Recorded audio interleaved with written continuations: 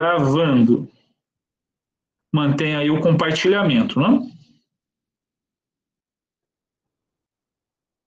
Ok. Então, o tema da aula de hoje, desenvolvimento do sistema nervoso. Tá? Então, eu começo falando isso, desse desenvolvimento do sistema nervoso, falando do paradoxo da assídia. Eu uso isso tanto em desenvolvimento motor, quanto em aprendizagem motora. Como é a primeira vez que eu estou lecionando desenvolvimento motor na UFRN, é mais interessante eu usar esse paradoxo agora, tá? no desenvolvimento motor. Mas vamos lá. Prestem atenção nesse animal. Ele se chama assídia. Na natureza conhecida, os únicos animais que se movem são aqueles que possuem o sistema nervoso. Mais correto seria dizer aqueles que se movem, seja por reflexo, né, ou por intencionalidade, movimento voluntário. Né? Então, os animais capazes de se movimentar, seja reflexamente, né, ou voluntariamente, com uma intenção, eles precisam ter um sistema nervoso. Então, se a gente vai falar em desenvolvimento motor, tá? Por mais que o sistema nervoso não seja tudo nesse processo, inegavelmente, o sistema nervoso é uma parte significativa do processo de compreensão do desenvolvimento motor e do tudo aquilo que é aplicado no campo do estudo e intervenção com desenvolvimento motor. Seja um teste motor que eu faça para saber se uma criança tem um bom equilíbrio ou não, relativo à sua faixa etária, seja numa situação em que eu precise, por exemplo, fazer uma pesquisa, né, e responder alguma questão científica sobre, por exemplo, a utilização de aparelhos, smartphones, enfim, o tempo de tela, está influenciando a aptidão, né, motora de jovens, né? Ou se o fato, né, em termos de pesquisa, né, se uma população brasileira que envelhece, em sentido de ficar cada vez mais longeva, e também em maior quantidade de pessoas com idade bastante avançada na população, quais são os desdobramentos do desenvolvimento motor nessa faixa etária da vida, né? E, claro, todas as faixas etárias têm sua importância, todos os temas relacionados ao desenvolvimento motor têm igual importância, mas eu começo com esses exemplos para a gente entender a importância extrema do conhecer, compreender aspectos do desenvolvimento do sistema nervoso. E é isso que eu vou me dedicar aqui na sequência do slide, começando com essa reflexão sobre a assídia, esse pequeno animalzinho. Então, o que acontece? Né? Aqui está a assídia, né? Do lado esquerdo da imagem, do slide. Vocês estão vendo a anatomia interna de uma assídia, né? Mas parecem dois animais, não? O que isso quer dizer? Aqui é como se fosse borboleta, né? Na primeira etapa da vida, uma lagarta, na segunda etapa da vida, uma borboleta, né?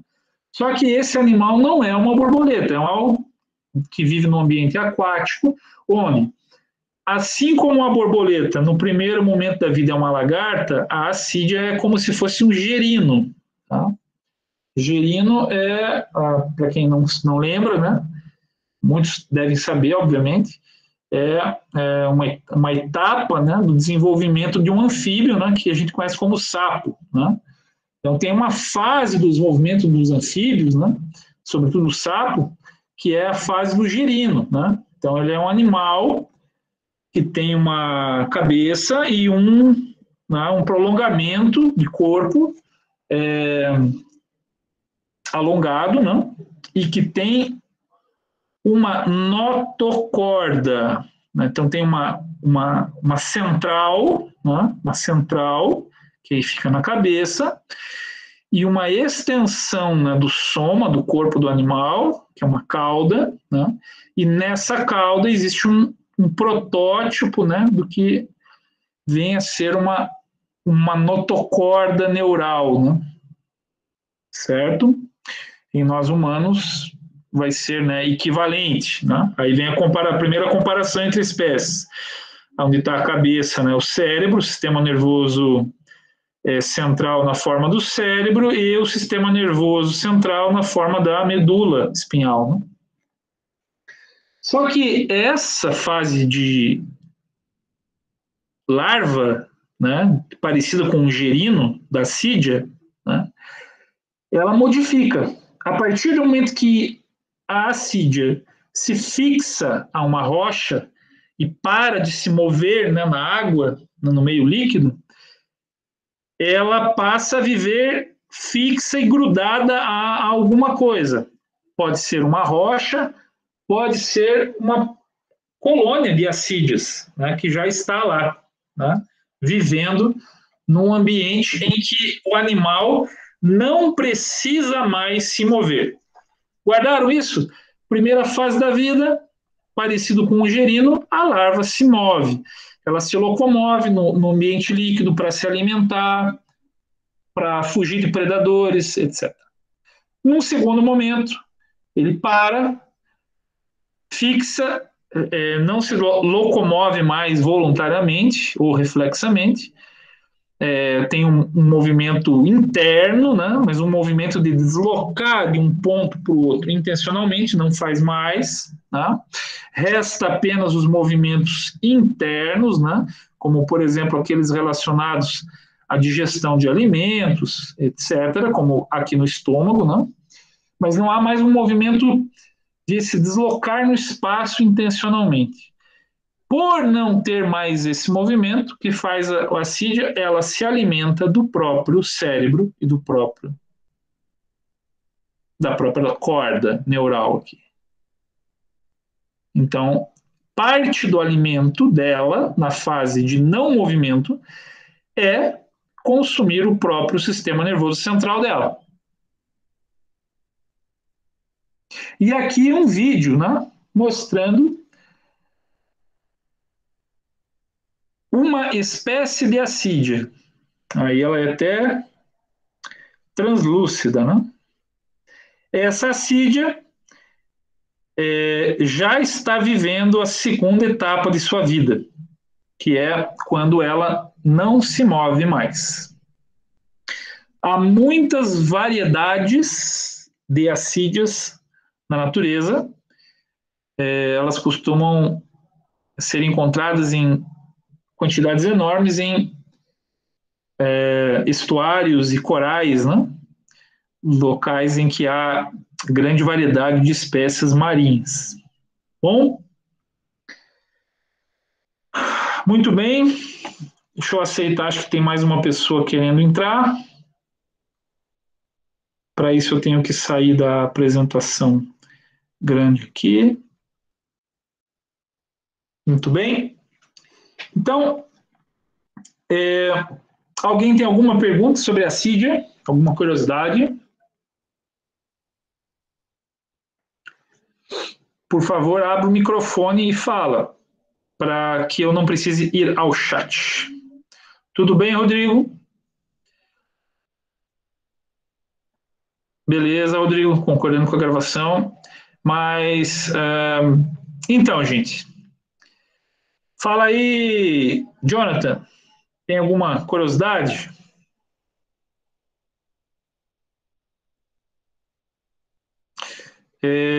eu já aceitei aqui, Jonathan, foi o Rodrigo. Aí vocês podem me fazer o favor de pedir para tentar de novo, porque todos os pedidos agora apareceu a Fernanda aqui para mim aceitar. Ok. Pronto, a Fernanda já foi aceita na reunião. Seja bem-vinda, Fernanda. Então, gente, Yoshimi, você tem alguma questão a tratar aí sobre a assídia? Alguma coisa te chamou a atenção na minha fala? O animal lá na primeira etapa da vida tem sistema nervoso, Yoshimi. Depois se fixa, não se move mais. Aí, não preciso mais do sistema nervoso, não vou mais me mover. Então eu consumo como forma de energia o sistema nervoso. E sim, os animais que se movem pela vontade ou reflexamente para fugir de um predador precisam de um sistema nervoso. Quem não faz isso, como por exemplo, a imensa maioria das plantas não tem movimento, né? Algumas plantas se movem, inclusive as carnívoras têm um certo movimento, os girassóis têm um certo movimento, mas não é um movimento como vemos no mundo animal, em que nós fazemos parte, um movimento voluntário, uma intencionalidade, né? E para isso nós precisamos de um sistema nervoso. O Hertz está perguntando assim, elas se reproduzem? E se sim, seria de uma forma assexuada, né?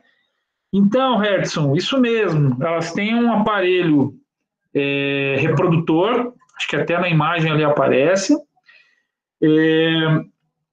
E agora, sobre o fato de elas serem assexuadas, tá? Eu não vou saber te responder se existe entre as assídias, que são muitas variantes, né? Se existe alguma que seja assexuada ou sexuada, tá? Isso eu não sei responder agora. Fala, Daniel. Essa primeira fase da vida, que elas têm alguma espécie de movimento, né? Um movimento mais aleatório, involuntário, ou é algo tipo que elas têm ciência do que estão fazendo, vamos dizer assim, né? Elas têm um movimento voluntário de busca, por exemplo, fazer forrageamento, que é busca de recurso, né? Elas podem buscar recurso, por exemplo, para se alimentar e também para fugir de predadores. Professor, e como ela tem essa informação, que não vai precisar mais andar, que vai se fixar e acabou? É parecido com aquelas, não sei se quem frequenta lugar que tem barcos, né, no mar, no rio, aquelas cracas, né, que se fixam a embarcação, né? E quem vai à praia e vai às rochas, né, vê muitos tipos de seres vivos, inclusive assídias, né, que se fixam a rochas, né, e ficam ali, muitas vezes passando o resto do seu curto tempo de vida, né? Não são seres que vivem por tanto tempo assim também. Motivo pelo qual são seres interessantes de se estudar do ponto de vista da biologia, o seu desenvolvimento, né? Não é por acaso que se estuda tanto, usa-se tanto, né? Cobaias de laboratório na forma de ratos, né? Ratos vivem, em média, aproximadamente 2 anos, né? Então eu posso ver desde a fecundação até o envelhecimento e morte de um rato, passa-se 2 anos, né? Então, em 2 anos eu consigo ver todo o ciclo de vida do animal, se assim é o meu interesse, né? Essa questão aí do comportamento sexual da assídia é até legal aí se alguém puder sair, dar uma pesquisada, dar um Google para a gente tirar essa dúvida. Eu, inclusive, estou com essa dúvida. Muito interessante. O campo da biologia é riquíssimo, né? Tem muitas variedades, né, de seres vivos, né? Mas de onde é que eu trago essa reflexão da assídia? E que é importante isso para a gente que estuda desenvolvimento motor em humanos. Então, vamos lá. Deixa eu voltar aqui. Vocês estão vendo a apresentação aí, né? Sim, continuamos. Estamos, professor. Obrigado. Então, olha só. Da onde é que vem essa minha implicância em mostrar a Assídia para vocês? Minha implicância de mostrar a Assídia para vocês vem da leitura de um livro que eu tive a oportunidade de ler, de comprar, né? Enquanto eu era aluno do mestrado em Ciências do Movimento Humano, mas o meu mestrado em Ciências do Movimento Humano me possibilitava fazer disciplinas em outros cursos em outras universidades. E foi assim que eu fui da UDESC, onde eu fazia o mestrado, que é a Universidade do Estado de Santa Catarina, fui fazer uma disciplina na Universidade Federal de Santa Catarina, no mestrado de lá, que era uma disciplina voltada ao estudo, né, da neurociência do comportamento. Tá? E ao fazer esse componente no mestrado da UFSC, no curso de neurociências de lá, de pós-graduação em neurociências, o professor Emílio Takase, grande professor que eu tive na minha formação, sugeriu esse livro, O Cérebro, um guia para o usuário, do doutor John Hattie, é um psiquiatra, é um neuropsiquiatra norte-americano, e nessa leitura do livro tá essa historinha da assídia, dizendo assim: a assídia é um animal acordado, em sua primeira fase de vida se locomove. A assídia, em sua segunda fase de vida, se fixa e consome seu próprio cérebro. Outra coisa que está no livro do John Hattie, um neuropsiquiatra, é o seguinte: pensamos tal como agimos. Então, o nosso pensamento, em grande parte, funciona em termos de ações. Toda forma conhecida de expressão da inteligência requer movimento. Seja escrevendo, seja falando, seja dançando, seja fazendo qualquer esporte, enfim. Qualquer coisa que a gente queira, assim, por exemplo, vou medir a inteligência, então vou fazer um teste de QI. Vamos partir da premissa do teste de QI. Não vamos julgar se o teste de QI é bom, se o teste de QI é ruim, se ele é adequado, se ele não é. Mas vamos pensar que existe teste de QI que mede inteligência. Correto? Partindo da premissa de que existe teste de inteligência, é conhecido apenas uma maneira de saber se a pessoa é inteligente ou não. Ela vai ter que fazer, no caso do teste de QI, né?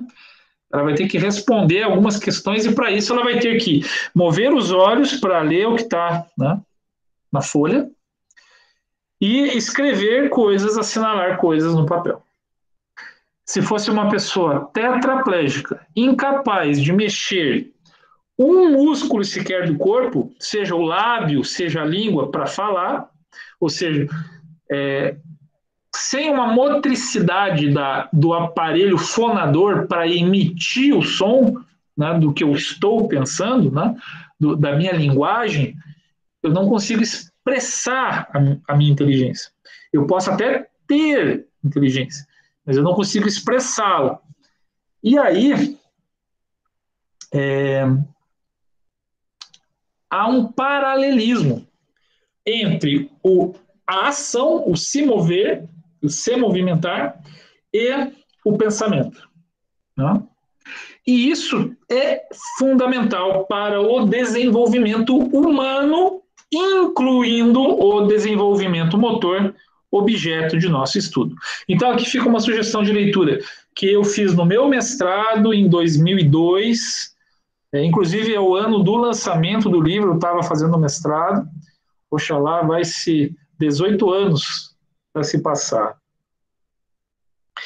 E outra sugestão de literatura, feita ainda na mesma disciplina, é esse livro, que por sinal eu também adquiri, que é do Guy McCann e da Marilyn Albert, O Cérebro Jovem.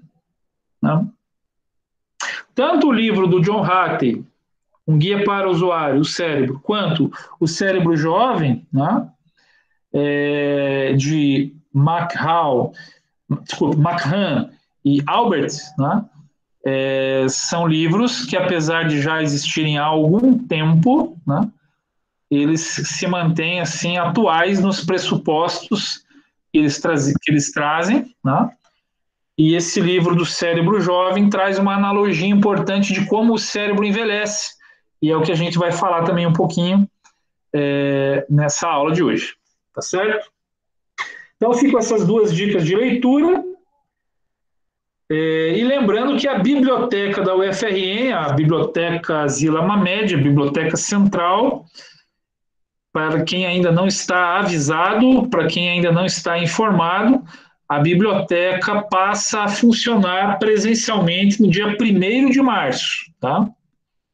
Então, vocês já poderão pegar e emprestar os livros,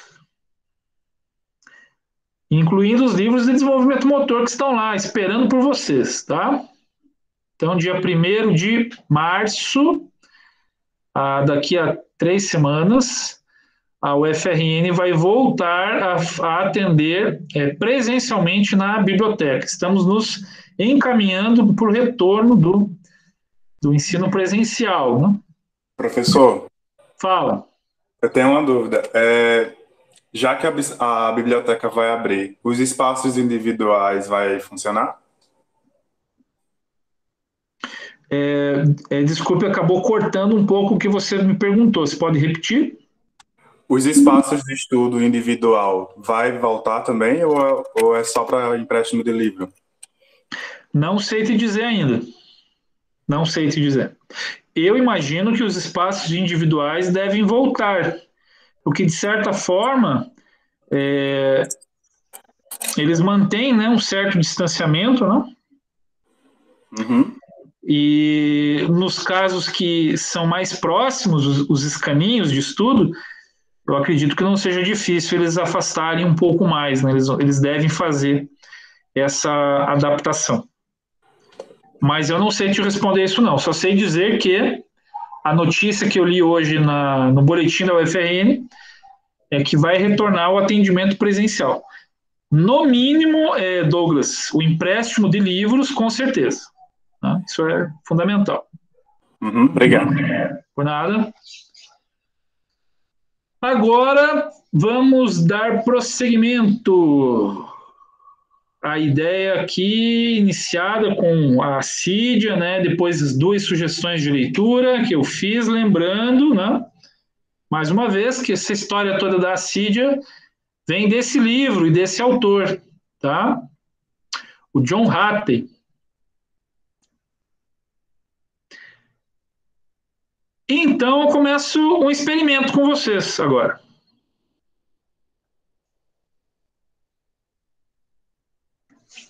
Nós vimos que a assídia é uma larva na primeira etapa da vida. E qual desses seres, cada um é um tipo de espécie? Qual é o humano?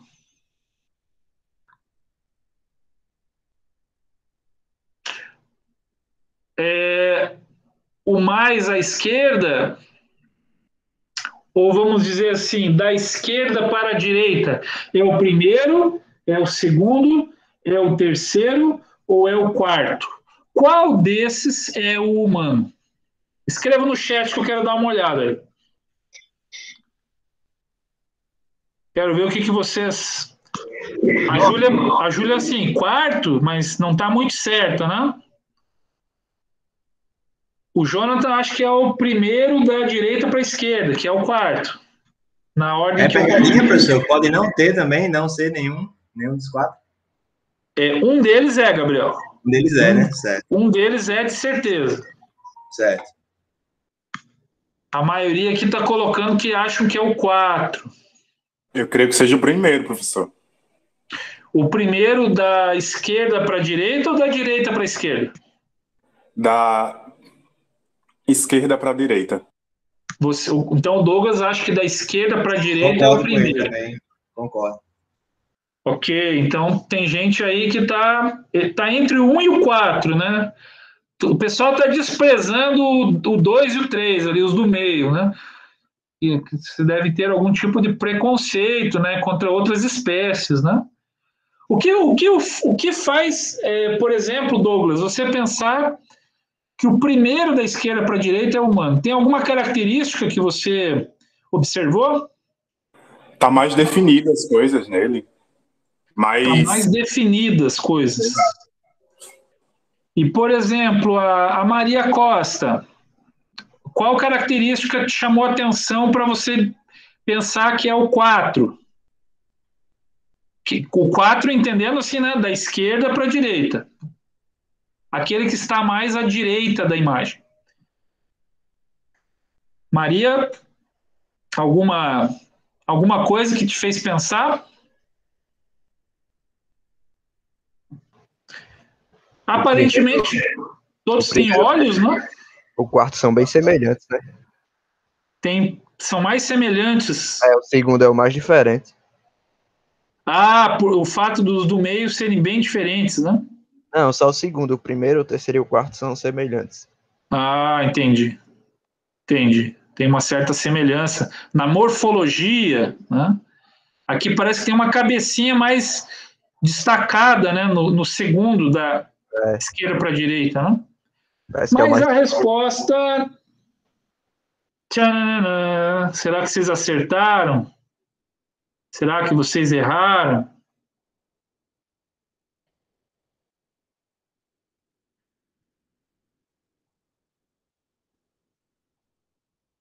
E aí, gente? É o quarto. Quem respondeu 4 acertou.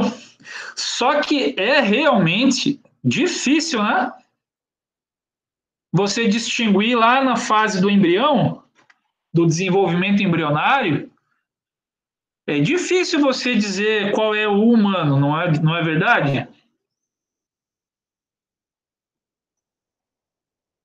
E isso reforça que tese científica, que teoria científica que a gente viu durante as aulas. Ou melhor dizendo, na aula passada.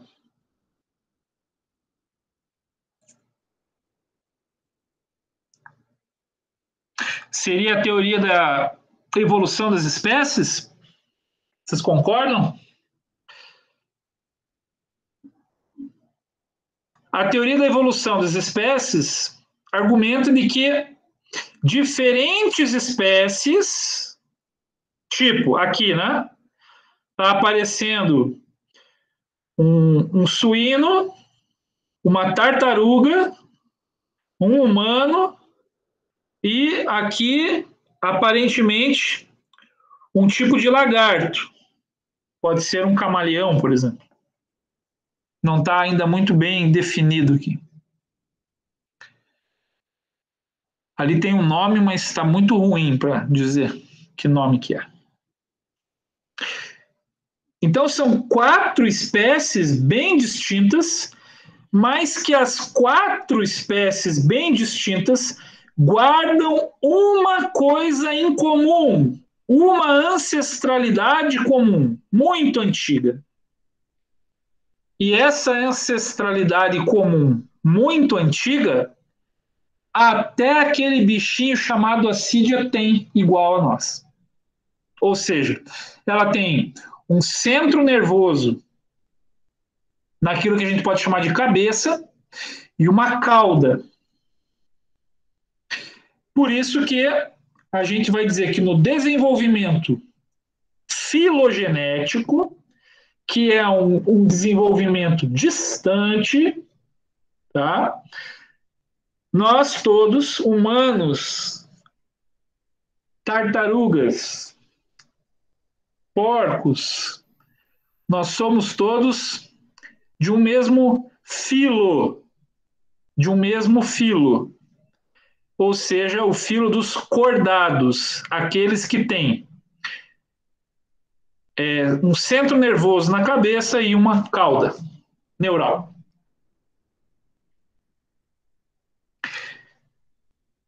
E temos um desenvolvimento ontogenético que é de espécie, que é próximo, ou seja, em vida, que é esse desenvolvimento que vem aqui do embrião humano, passando pelo feto e até chegar em nós aqui, que estamos fazendo essa aula no melhor curso de educação física do Brasil, mais bem avaliado curso de educação física do Brasil.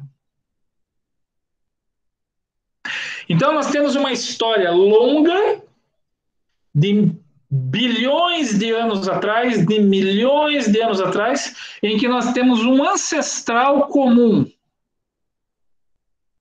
Esse ancestral comum devia se parecer muito com um desses embriões humanos aí e viver na água.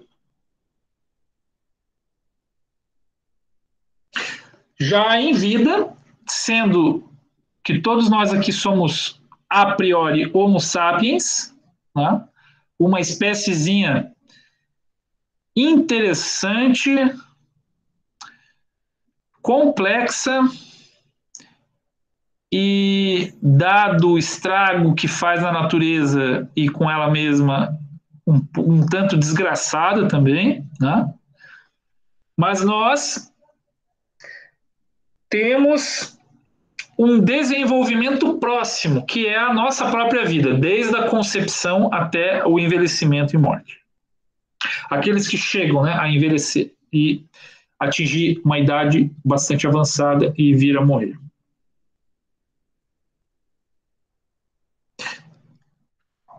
E aí, gente?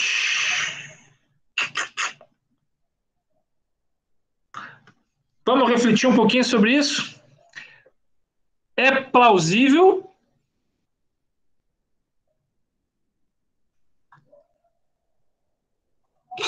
Tem uma certa racionalidade essa comparação entre espécies para a gente concluir que, peraí, parece que há um ancestral comum, muito antigo, e que certas características vieram sendo passados por herança genética, de geração em geração, em geração em geração, e começou uma especiação, ou seja, certas espécies começaram a surgir a partir de um ancestral comum.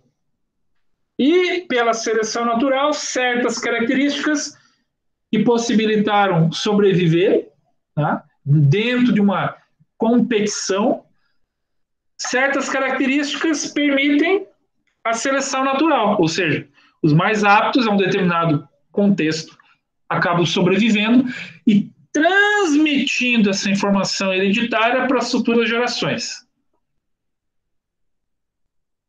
Então, a nossa habilidade de escrever, a nossa habilidade de linguagem, de falar, ela foi provavelmente fruto de seleções naturais e, mais recentemente, incluindo agora seleções artificiais também. Mas a pergunta é, vamos ver aqui, Daniel, faz sentido para você, Daniel, uma teoria assim? Professor? Sim, professor. O que seriam essas seleções artificiais? Isso, eu ia fazer inicialmente essa pergunta. O que seria a seleção artificial na sua fala, a última? Certo. Eu vou pegar o gancho da linguagem, tá? Vocês frequentaram escola, aprenderam a ler e escrever, não? Mas há humanos que não têm essa oportunidade? Sim, tem. Sim. E há humanos que provavelmente estão há muito tempo e muitas gerações sem ter tido acesso à escola, aprendizagem de leitura e escrita. Concordam? Afinal de contas, não há tribos isoladas na Amazônia? Aham. Então, um exemplo de seleção artificial é você, por exemplo, poder interferir na seleção natural. Quando a gente coloca as crianças em escola, nós estamos fazendo uma seleção natural. É como se estivéssemos fazendo um melhoramento. Outro exemplo de seleção artificial é o que aconteceu com a escravidão negra. A escravidão negra da África para as Américas. Vocês já ouviram falar, né, que muita gente morria na captura porque não resistia à tristeza, morriam de banzo, né?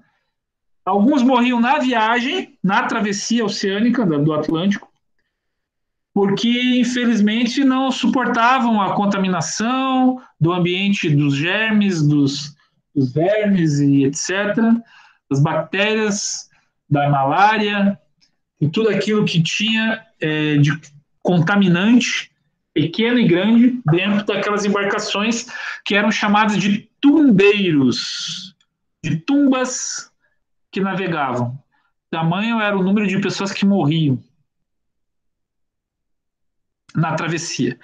E aos que chegavam, já depois de 2, 3 meses de viagem duríssima, muitos eram acorrentados e seguiam quilômetros, às vezes Brasil adentro, andando em marcha, para irem trabalhar em minas de extração de ouro, pedras preciosas em Diamantina, Ouro Preto, etc, etc.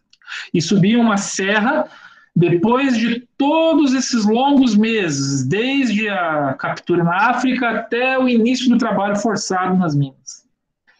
E alguns sobreviveram, mas outros não.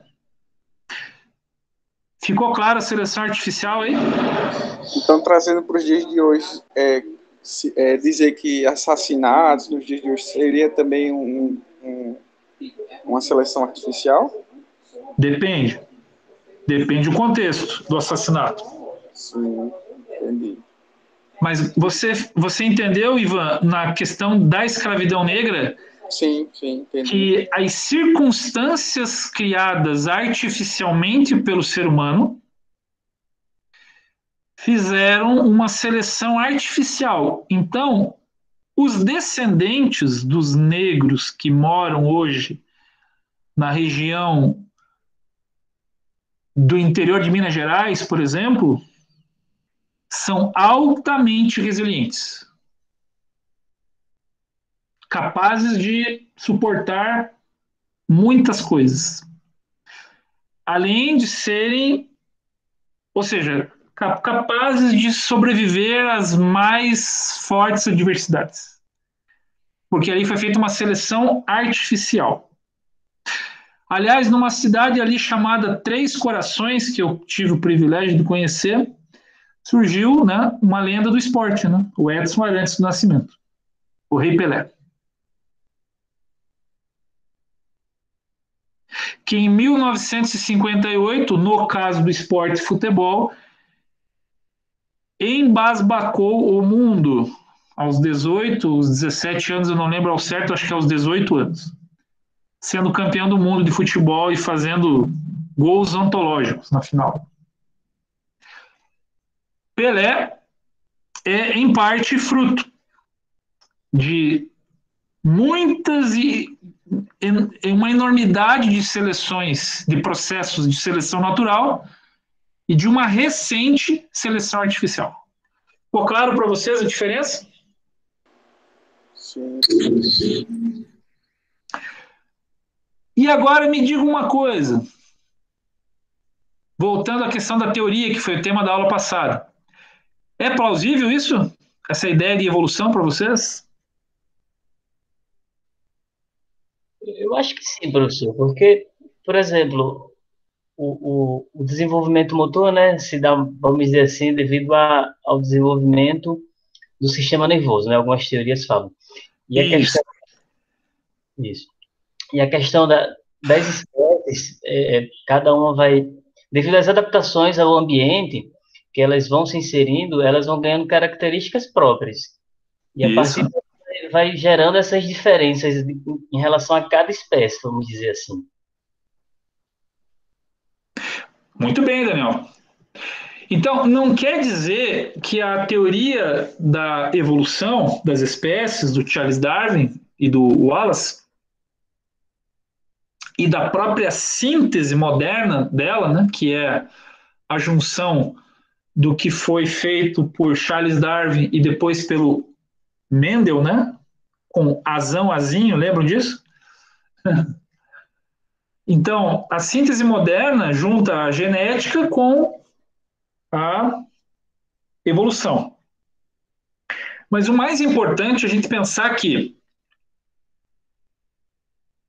o nosso desenvolvimento motor, por exemplo, a nossa capacidade de andar, ela tem uma origem filogenética muito antiga? Provavelmente sim. Mas ela também tem uma coisa próxima, ou seja, o lugar que eu nasci, as pessoas que eu vi de modelo de andar, influenciaram o meu desenvolvimento motor em vida. Então, nós temos um desenvolvimento filogenético e um desenvolvimento ontogenético. O filogenético é longo, distante no tempo. O ontogenético é o da nossa vida aqui. Nós. Tá? Desde a fecundação do espermatozoide e do óvulo dos nossos pais até o nosso processo aqui que segue de maturação e envelhecimento até chegar à morte. E esse comportamento motor ele vai se moldando ao longo da vida, como vimos, inclusive no filme, né? Que a gente viu ao contrário, né? Mas, sim, esses padrões de se movimentar vão mudando ao longo da vida, tal como o andar, por exemplo. A gente vai falar muito sobre isso hoje. Então, uma teoria precisa ser plausível, precisa ter um modelo e precisa resistir à contraprova. Então, aqui, o estudo de comparação de espécies é uma contraprova, né? É uma coisa importante, ó. Tem um ancestral comum. Como é que a gente faz isso? Vendo esse tipo de comparação entre espécies. É uma maneira, né, através da morfologia, do estudo da morfologia, verificar isso. Eu recomendo muito que vocês vão conhecer o Museu Câmara Cascudo. Tá? Quem ainda não conhece, vá conhecer, e lá tem uma oportunidade bem grande de ter acesso a essas coisas. Quem saiba, né, ainda haja tempo nessa disciplina de a gente ter encontros presenciais e certamente a gente visitará o Museu Câmara Cascudo e ver lá o acervo deles, que grande parte fala da evolução. Né? Vou voltar a compartilhar a tela e do PowerPoint, onde a gente parou, e dar prosseguimento à exposição. Então,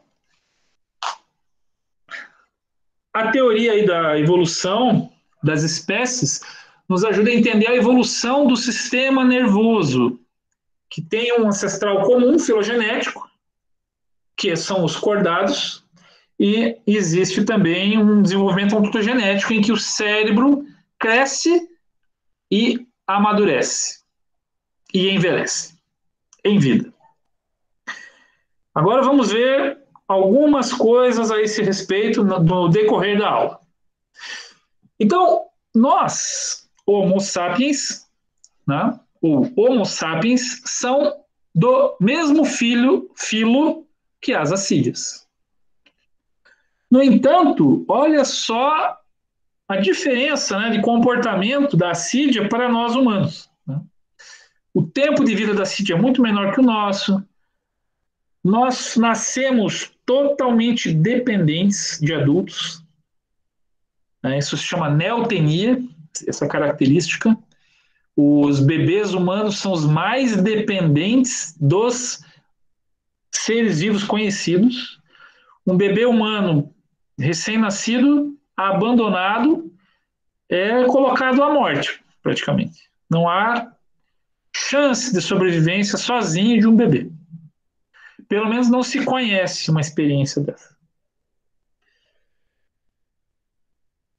E aqui ao lado, nós vamos ver, ao invés de falarmos lá de um filo, né, em que embriões de diferentes espécies são tão parecidos, né, em que vocês inclusive acharam a, a iguana ou o camaleão, não sei, o mais parecido, né, o 1 com o 4, né? Vejam o que acontece no desenvolvimento desse embrião nos primeiros dias e semanas de vida. Então, é o desenvolvimento inicial do sistema nervoso.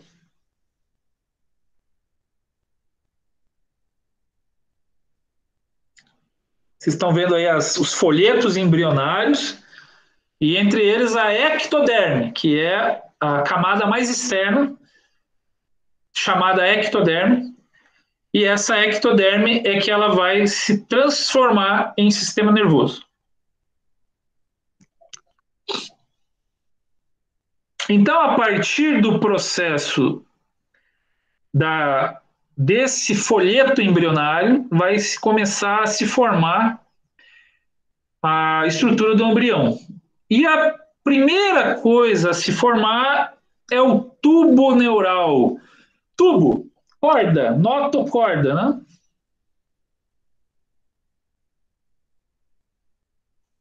E aí, fazendo um corte desse tubo, aí vocês estão vendo a placa neural, né?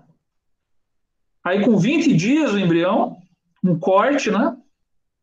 E aí vocês vão ver ali que já existe uma fossa neural, e essa fossa ela vai começar a se fechar para a formação do tubo. E desse tubo, nós vamos ter, então, a formação do tubo neural, que vai ser muito importante para a nossa medula, por exemplo.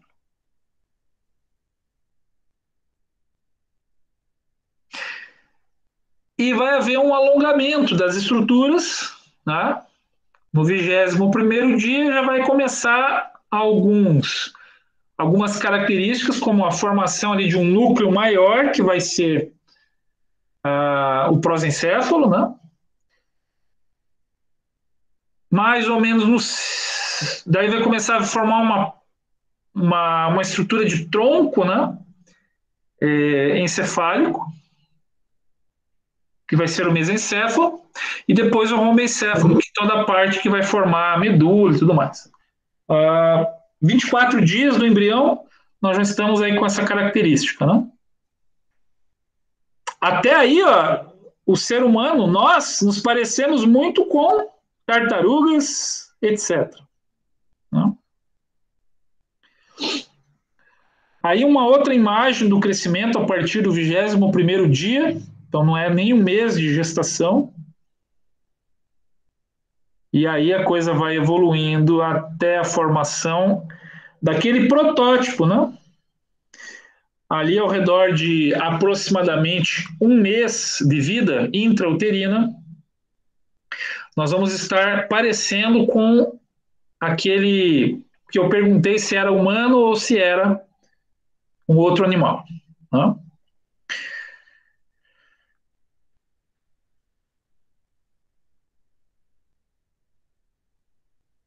Um corte transversal, novamente.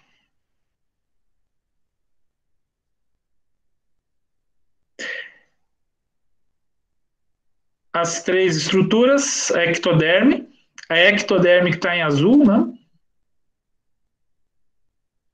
E é dessa ectoderme, desse folheto embrionário, que vai se formar o sistema nervoso. Né? Essa situação, a situação embriológica. E aí tem a parte ventral e a parte dorsal, que é extremamente importante para pensar movimento e sensações. Por quê? Porque toda a parte de controle motor de output, saída, tá? Ela é muito proeminente na parte do ramo ventral, do ramo da frente da coluna. E a parte sensorial é predominantemente, quase que toda ela, é sensorial. É claro que, num estudo mais aprofundado, Tanto a parte output e input, elas vão ter uma certa relação, vai ter alguns Cs, né? Mas de uma maneira geral a gente pode entender essas conformações.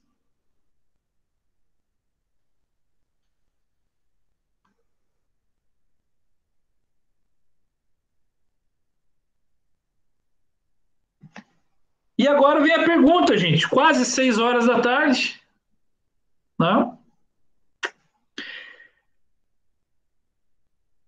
O que essa imagem aqui nos diz?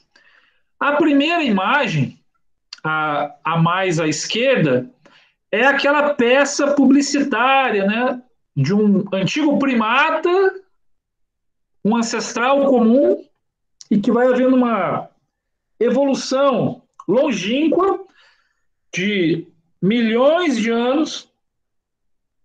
Isso a gente vai chamar de filogênese, a origem da espécie a partir de um ancestral comum. E a ontogênese é aqui, né? Nascemos, já, enquanto embriões, nós nos parecemos muito com girinos e larvas, né? E, ao nascer, nós nos parecemos, assim, de certa forma, com um ser que engatinha, um quadrúpede. E aí, no decorrer dos nossos meses de vida, vamos progressivamente adquirindo a capacidade de, por exemplo, nos tornar bípedes. Então, tanto o desenvolvimento filogenético quanto o ontogenético são igualmente importantes. E um nos ajuda, de certa maneira, a entender o outro.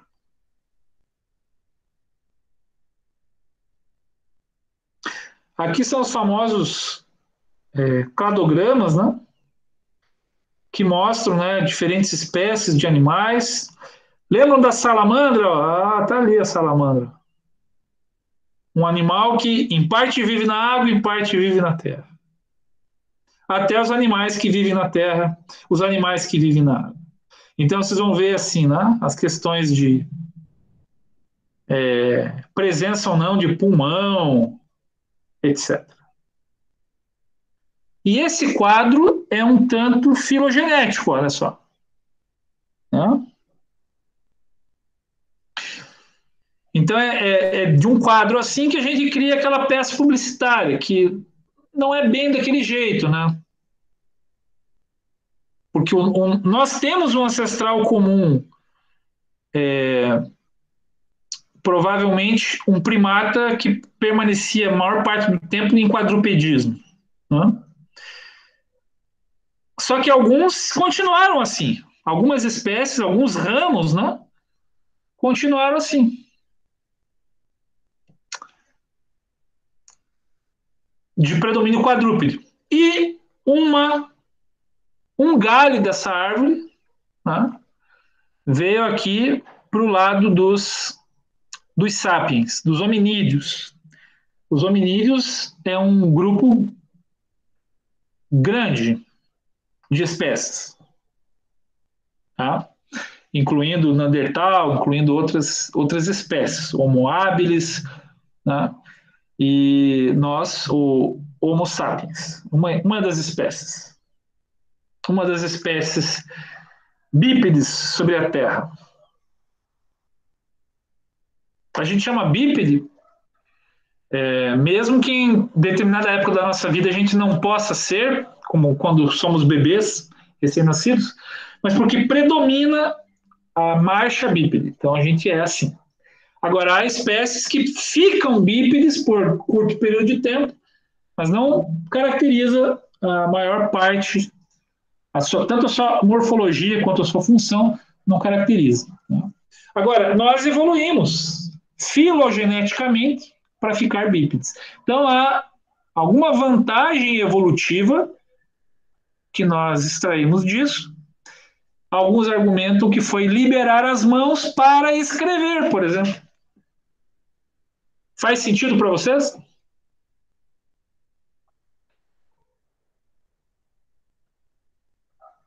Porque se eu tivesse que usar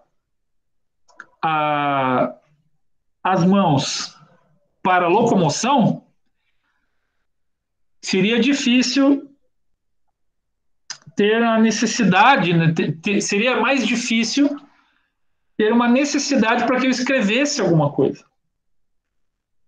Então, a liberação das mãos para os ofícios, a confecção de materiais, equipamentos, e disso, inclusive, a escrita, né, é uma possível tese aí para essa liberação dos membros superiores para fazer coisas que não sejam a locomoção, mas sejam a manipulação. Faz sentido para vocês, filogeneticamente? Aqui é coisa de vestibular, né? Reficofage, né? Reino, filo, classe, ordem, família, gênero, espécie. Então, quanto a seta está mostrando, né? A variabilidade diminui indo na direção da espécie. No sentido de que, no reino animal, ó, na categoria reino, né, olha quanta coisa é animal. Né? Inclusive, seres como assídias, né? Estrelas do mar, etc. E aqui o filo dos cordados, ó. No filo dos cordados não estão a estrela do mar mais. Então há muitos animais na natureza conhecida que não pertencem ao nosso filo. O nosso filo é aquele que tem, então, um cérebro ou um protótipo de cérebro, pelo menos um gânglio nervoso e uma corda, que seria uma medula, ou um precursor de uma medula. E aí vem os mamíferos. Olha só. São animais, são do reino animal, são do filo dos cordados, mas na classe dos mamíferos já saem os anfíbios, já saem as aves. E aí a distância filogenética vai aumentando.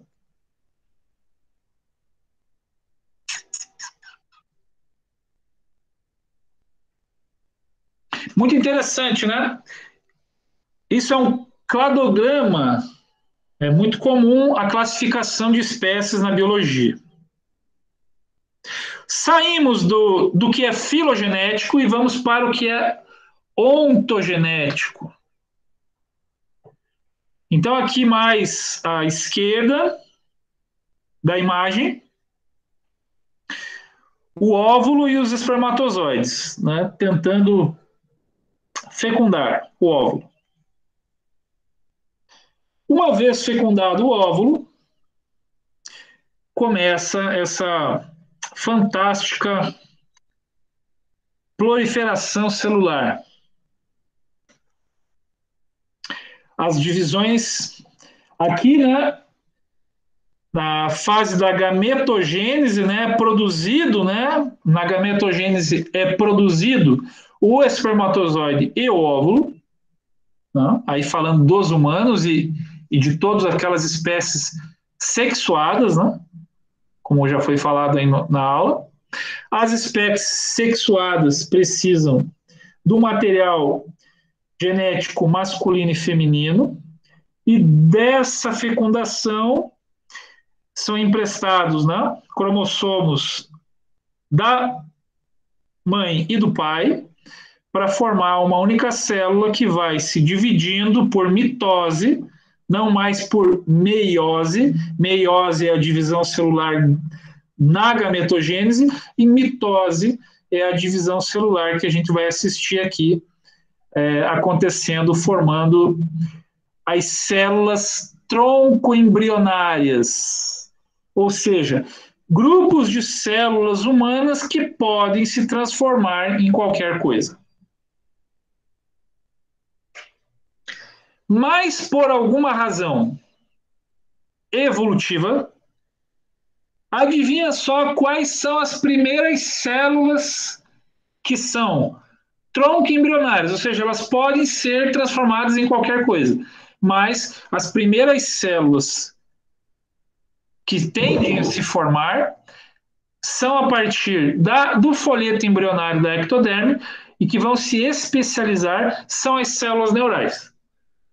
Então aqui a gente vai ver placa neural primeiro, depois a gente vai ver a formação de pregas neurais, sulco neural, que é um estágio anterior à formação do tubo neural. Então esse tubo neural é o que nos caracteriza como cordados.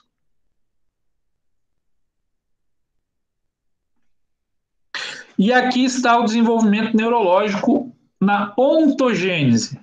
Então, aqui aos 25 dias, ó, vocês estão vendo o embrião de novo. 35 dias, 45 dias. Já 100 dias, né? 3 meses de gestação, 3 meses e 10 dias, nós já estamos um traço humano, né? De um humanoide, vamos dizer assim, né? Já começando a surgir. Com 5 meses de gestação, a gente já está vendo essa estrutura. Bem característico. Já conseguimos identificar que isso é um bebê humano. Dos 9 meses de gestação, né, que a maioria das pessoas vivencia, próximo disso, aos 5 meses nós já somos, assim, bem caracterizados, né, como humanos. Nariz, boca, olho.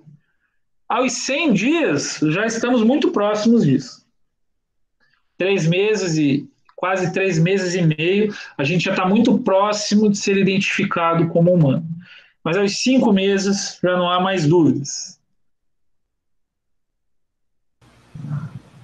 Professor, o Theo estava pedindo para entrar na aula, porque ele está com problema, né, na internet dele. Ah, tá, deixa eu... Obrigado por avisar, tá? Valeu, Theo, seja bem-vindo. Então, seguimos falando do desenvolvimento neurológico, né? Aqui estamos ainda na aula de hoje falando das generalidades desse processo, né? Como, por exemplo, a ideia de que do folheto embrionário ectoderme, são 3 folhetos, né? Ectoderme, mesoderme e endoderme, né? Da ectoderme, que é a camada mais externa, se forma o sistema nervoso, se especializa, né? As células originárias lá da embriogênese, né? E nós, então, temos aí esse processo aqui em dias e meses. Com 9 meses, vejo que o cérebro, né, humano já está bastante desenvolvido. Então, o cérebro, o tronco cerebral, né, o cerebelo, que é o pequeno cérebro, e a medula já estão bastante avançados no processo de desenvolvimento. Agora, seus neurônios migram e se desbastam. Então, numa etapa anterior, né, no início da formação do cérebro, por exemplo, a gente pegar uma camada cortical do córtex, a gente vai ver mais ou menos assim essa estrutura, que está mais à esquerda da imagem. E aí o que a gente vai percebendo, né? Os neurônios, eles migram, né? Eles têm uma sinalização química que eles vão se deslocando e vão formando uma teia de comunicação cada vez mais ampla. Eu vou aqui, ficou cortado uma informação, que eles migram, por exemplo, de um ponto a outro, e depois de ser formada uma rede muito cheia de conexões, ele também se desbasta, ou seja, digamos assim, nas primeiras semanas de vida extrauterina, ou melhor dizendo, nos últimos meses de gestação e no primeiro e segundo mês de vida extrauterina, há um grande processo de desbaste neural, ou seja, só os neurônios mais adaptados é que sobrevivem.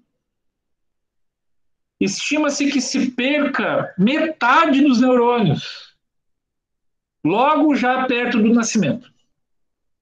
No período, entre o período pré-natal, pré-nascimento, o período perinatal, que é, né, perto, bem coincidente com o nascimento, e no início do período pós-natal, nós perdemos cerca de 100 bilhões de neurônios.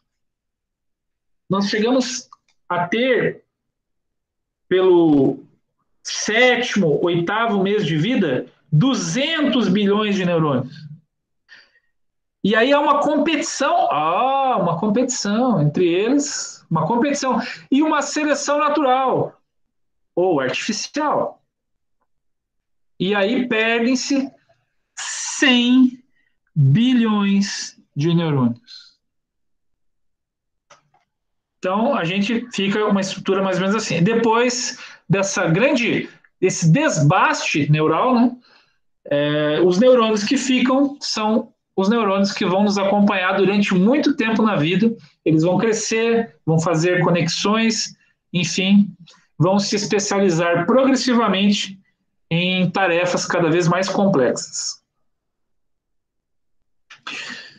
Então, aqui nós temos, né, lá na estrutura lá da formação do embrião, um prosencéfalo, que vai dar origem, né, ao telencéfalo, diencéfalo e tudo que é aquilo que vai ser o cérebro, né? Já no mesencéfalo, nós vamos ter a formação de uma estrutura aqui muito importante, né, que é antiga e permanente no cérebro do adulto, que se chama também mesencéfalo. No mesencéfalo, nós vamos ter núcleos importantíssimos para, por exemplo, o controle do movimento, né? Por exemplo, é no mesencéfalo, entre o mesencéfalo e o diencéfalo, que nós temos, por exemplo, a substância negra, que se devem ver em anatomia, tá? A substância negra, por exemplo, produz e libera dopamina. Dopamina é um neurotransmissor fundamental para o controle motor e outras coisas. E do rombencéfalo, lá no embrião, né, na fase embrionária, nós vamos ter a formação, então, do chamado metencéfalo, do mielencéfalo, que lá no adulto vai ser a ponte, o bulbo e o cerebelo. E em verde vai se desenrolar a cauda. E tudo isso é o sistema nervoso central, apenas ele. E um tal Vitor da Fonseca, que não é do estudo do comportamento motor, mas sim da psicomotricidade, que eu expliquei em aulas anteriores, né? A psicomotricidade é uma corrente muito mais europeia do que norte-americana e anglo-saxã, acima de tudo, né? Mas os países latinos, Portugal, Espanha, França, etc., tem muito a questão da psicomotricidade e não comportamento motor. Lá nos campos da psicomotricidade, o Vitor da Fonseca, ele vai dizer assim, ó, que existe uma relação entre filogênese e ontogênese, que não se sustenta mais teoricamente, como do Haeckel aí, em 1910, mas se sustenta por uma ideia de que didaticamente a gente pode usar essa ideia, de que o peixe, o réptil, equivale ao feto e ao recém-nascido. Porque o Haeckel, ele dizia que certas características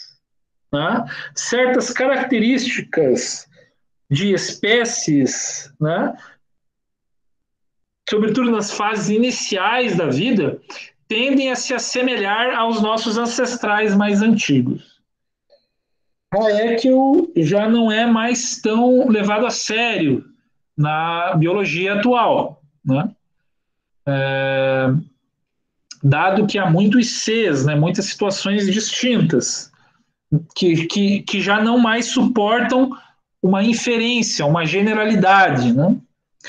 Mas, didaticamente, nos serve para ver que aspectos da filogênese repetem na ontogênese. Para o humano, e para a gente entender o nosso desenvolvimento motor enquanto humanos, devemos lembrar que nós, dentro do útero materno, nos parecemos com peixes. Vivemos no meio líquido, tá? Até os 10 meses de vida, nos parecemos com a maioria dos mamíferos, inclusive engatinhamos. De mais ou menos 1 a 2 anos de vida, 12 a 24 meses, nos assemelhamos a muitos primatas, inclusive no jeito de andar sobre 2 pés. E assim a gente vai desenvolvendo diferentes estágios do desenvolvimento neuropsicomotor. Interessante, né? Então, aqui desse slide, guardar a lei bioenergética de Haeckel, de 1910, que pressupõe que a ontogênese repete a filogênese, não é mais uma teoria amplamente aceita na biologia contemporânea, mas nos serve aqui didaticamente para entender os diferentes estágios de desenvolvimento neuropsicomotor e a relação que isso tem na nossa vida com a vida de espécies mais distantes de nós, filogeneticamente. Distantes entre aspas, né? Quando a gente vê lá os embriões, né? De uma iguana, vemos que ela guarda uma semelhança muito grande ao embrião humano. Por ser o quê? Um cordado, do mesmo filo. E aqui esse slide também do Vitor da Fonseca, que a gente vai ver a partir da segunda unidade daí, tá? Mas ele vai dizendo que o cérebro ele vai crescendo, vai amadurecendo, e as aptidões motoras, aqui vocês veem, né, do bebê vai para o adolescente, do adolescente para o adulto, e do adulto para o geronte. Geronte seria o idoso, né? E aí existe uma ontogênese, em que essas aptidões vão aprimorando-se, e existe uma retrogênese, que no processo de envelhecimento acelerado, quando se acelera, a gente começa a ter uma redução dessas mesmas aptidões. E esse paralelismo entre melhoria do equilíbrio e piora do equilíbrio tem a ver com mudanças que ocorrem na maturação e envelhecimento do sistema nervoso. Então, há um certo paralelismo nesse processo.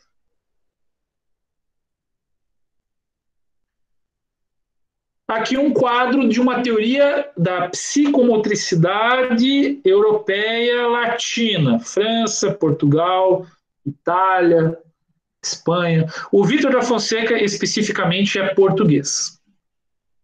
Tcharanã! O que é isso, gente?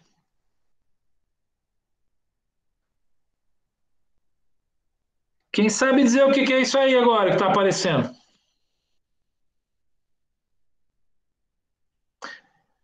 Ivan, sabe dizer o que é isso que está aparecendo?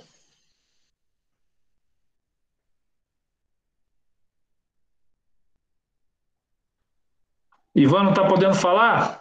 Então, hoje é dia das mulheres, das meninas e das mulheres na ciência. Parabéns a todas as garotas que estão aqui presentes. Luana, o que você está vendo aí, Luana? Professor, na verdade não está aparecendo para mim não a apresentação. Ah, é? Então presta atenção, Luana. Mas você está me vendo, né? Tô vendo. Agora presta atenção, hein, Luana? Quero ver o que você vai me dizer agora. Vocês viram ao mostrar o quadro do Vitor da Fonseca, ali que tinha do bebê indo para o adulto, geronte? Sim, Isso sim. vocês viram, né? Sim. E esse aqui foi tema da aula passada, não foi? Lembra, Luana? Você estava na aula passada? Professor, eu tava, mas eu não lembro não, ó. Tudo bem. Então, vou lembrar. Alguém lembra? Alguém pode ajudar a Luana a lembrar? É um modelo de Galarrua, de desenvolvimento motor. Beleza! Lembrou agora, Luana? Modelo. Modelo. Opa, modelo. Opa, teoria tem que ter modelo. Então, tem uma teoria, né? Aqui é uma teoria. Teoria de um português latino que é da psicomotricidade. Aqui tem uma teoria behaviorista, comportamento, estudo do comportamento. Muito mais tradição dos países de língua inglesa, língua alemã, Inglaterra, Estados Unidos, etc. Que é o nosso mote, né? O nosso métier é comportamento motor e desenvolvimento motor, nome da nossa disciplina. Agora aqui, ó, estão vendo a hereditariedade?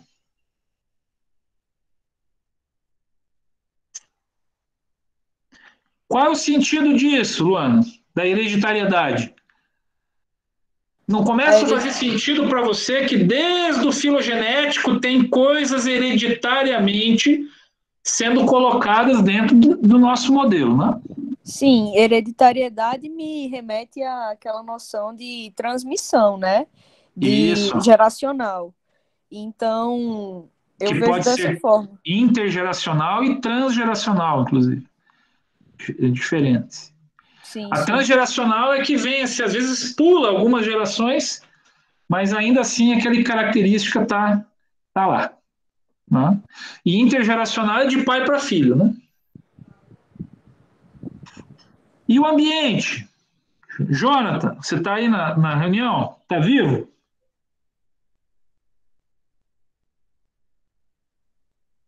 Por exemplo, é muito diferente, né? Um ancestral que vivia no meio líquido para um ancestral que vive no meio terrestre, concorda? Quando nós estamos no ventre materno, em que ambiente estamos?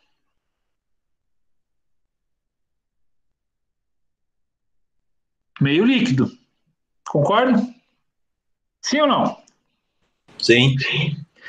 Aí a gente sai daquele ambiente que a temperatura é estável, né? Que oscila pouquíssimo. Aí, blá, né? Sai para esse mundão de Deus aqui. É por isso que a gente já nasce chorando, né, professor? Já nasce chorando por causa disso.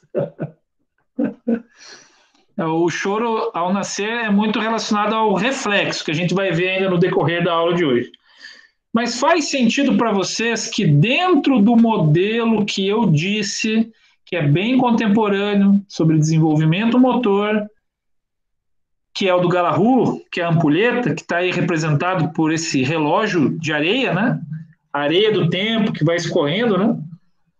Aí nós temos as fases do desenvolvimento, e aparece reflexo, rudimentar, fundamental, especializado. Lá na fase dos movimentos reflexos, de 0 a 1 ano, e já desde do ventre materno, o que nós temos? Movimentos reflexos. Não temos movimentos voluntários muito complexos, não. Como dar salto mortal, como é que é o da Daiane dos Santos, o duplo twist carpado. Não fazemos isso enquanto somos na fase de feto, né? Mas nós temos reflexos. Já ao nascer, nós temos reflexo de sucção, chupar o dedo. Aliás, esse reflexo de sucção já está lá no feto, mas né, a gente não vê se não for com ultrassom ou com alguma tecnologia. Agora, uma vez nascido o nenê, a gente vê, né? Reflexo de sucção. Reflexo palmar. Toca na palma da mão do nenê, ele fecha. E outros reflexos. Então, essa forma de se comportar motoramente falando, né, tem um desenvolvimento neurológico que é compatível, porque só é possível o reflexo por causa de um desenvolvimento neurológico compatível com esse tipo de comportar de movimento nessa fase da vida. Conforme o sistema vai amadurecendo, vai aumentando a capacidade, a complexidade de se mover. Por isso o modelo da ampulheta é tão importante, que no tempo, na passagem do tempo, nós vamos ficando cada vez mais complexos e despertando todas as características hereditárias passadas de geração em geração. Inclusive o rastejar, o engatinhar, o andar com dificuldade sobre os dois pés e o andar em pé e correr com maestria, beleza, como eu faço, por exemplo, não poderia ser diferente. Pensaram que eu não ia falar uma dessa hoje?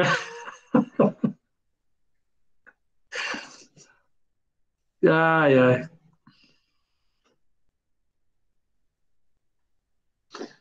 Mas vamos lá. Espero que toda essa maluquice, né, esteja fazendo sentido para vocês.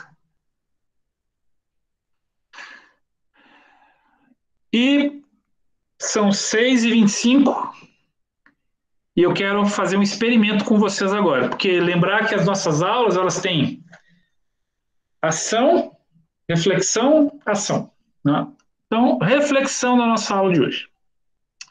Que daí na aula seguinte eu vou continuar falando dessas estruturas e de seu desenvolvimento, como, por exemplo, sistema nervoso central e periférico, sistema nervoso autônomo e o seu desenvolvimento. Vou falar algumas características. Nós teremos algumas aulas sobre o tema. Mas, hoje aqui, nós vamos terminar a aula e todos vocês vão tentar fazer um experimento para saber se existe ou não reflexo em vocês. É um experimento que vocês podem fazer em vocês mesmos, é um experimento que vocês podem fazer em outras pessoas, tomando cuidado para que elas não se machuquem, em casa. Tá?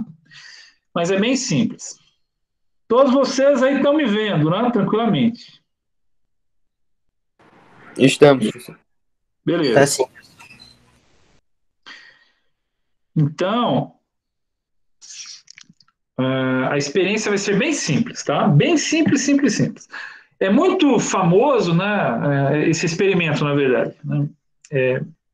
Alguns de vocês já devem ter visto isso em filmes, programas de TV, ou mesmo aulas já sobre esse assunto, né? Ou mesmo ouvido falar, né, de avaliação de um neuropediatra, por exemplo, que vai verificar a presença ou não de um reflexo, né? Muito bem. Então, aqui, eu estou aqui na cozinha da minha casa e eu não vou ter um martelo, né, à disposição. Eu teria que ir lá fora buscar e não sei se vou demorar para isso, não. Mas me serve, por exemplo, né, um objeto que esteja aqui na cozinha, me serve, por exemplo, esse pedacinho de madeira que está aqui atrás. Ó, vai servir, tá? No lugar do martelo vai servir. Certo? Então, o que é o experimento de vocês? Tá? Experimento de vocês. Vocês vão sentar numa cadeira. Eu aqui estou levantando a minha perna, certo? Acho que eu consigo fazer aqui uma adaptação. Tá? Então, vocês vão sentar numa cadeira em que a parte inferior da perna de vocês fique suspensa no ar, tá? Aí vocês vão apalpar a patela, esse osso da frente aqui, é um osso, alguns vão chamar de um osso sesamoide, né? O osso aqui da frente, e logo abaixo da patela vai ter o tendão patelar. E aí vocês vão lá no tendão patelar e vão dar uma batidinha no tendão patelar. Batidinha de leve, tá?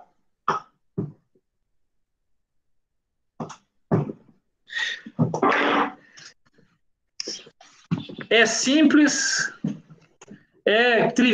parece, mas não é trivial. Porque para que o meu músculo contraia, e aí há todo um mecanismo de contração muscular, né? Tem que ter um estímulo que toca o meu tendão. O meu tendão tem neurônios lá que percebem essa pressão. O neurônio leva uma informação até a medula,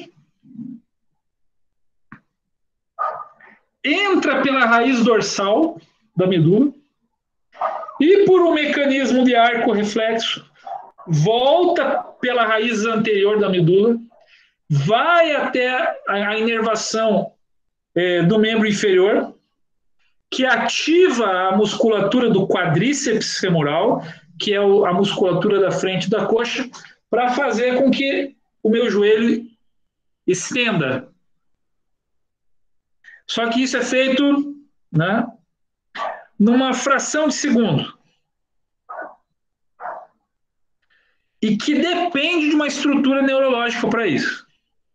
É dependente. Ou seja, se eu tiver, por exemplo, um acidente que faça uma secção da medula, eu vou perder possivelmente essa capacidade. Quanto mais alta é a lesão, né? Vamos supor que seja uma lesão na medula bem alta, né? Eu vou perder o controle e a sensibilidade de toda a parte inferior do corpo, por exemplo. Né? Eu posso perder a capacidade de controlar um movimento lá do meu pé. Né? Agora, se mantiver, como aqui o arco reflexo é dependente da parte mais inferior da coluna, pode ser que consiga ainda até um certo grau de resposta, possa ainda sobreviver, como movimento reflexo, porque a maioria dos movimentos reflexos não depende da parte superior do corpo, da parte do sistema nervoso central mais superior do corpo.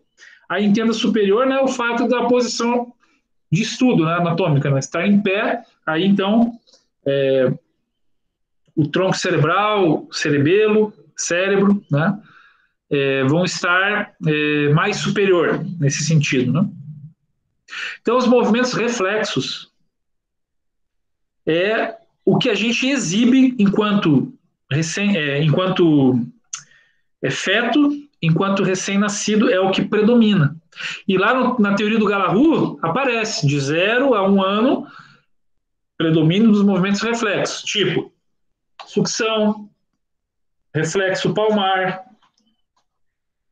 Agora, alguns reflexos ao longo da vida vão desaparecendo e outros vão ficando. Piscar os olhos, por exemplo, é um reflexo e ele permanece. O reflexo patelar, ele permanece ao longo da vida. Agora, outros reflexos vão sendo suprimidos. Por exemplo, nem todo mundo reage como um bebê reage assim. Mas por que um bebê humano reage assim, reflexamente? Porque um ancestral comum nosso, um primata, um símio, já ao nascer, o filhotinho precisava se agarrar à mãe que se deslocava nas árvores. Então, essa característica hereditária de um ancestral comum foi passada para a gente. Então, permanece um reflexo. Só que como nós, né, usamos as mãos para outras coisas, que não para se locomover ou para se segurar, os bebês humanos, né?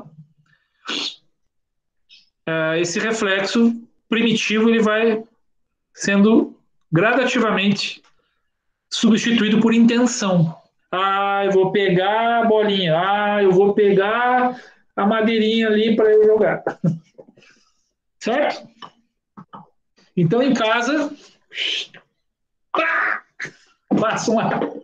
Não vão me vir com o joelho machucado na próxima aula, tá? Terça-feira, não está nem no CIGA para lançar frequência. Então, eu não posso nem botar falta nem frequência para vocês. Significa que terça-feira que vem é terça-feira de carnaval. Acredito que muitos estabelecimentos não vão ter, né? Não é feriado, não é? Mas no CIGA eu nem posso, né, lançar ali frequência, nada. Então a gente vai voltar a se ver na quinta-feira que vem. Um bom final de semana. Um carnaval aí de muitos cuidados, mesmo entre os familiares, entre os amigos, né? Não se aglomerem, sigam as medidas de segurança, né? E se cuidem, tá bom? Alguém quer fazer alguma pergunta? Vou encerrar a gravação agora.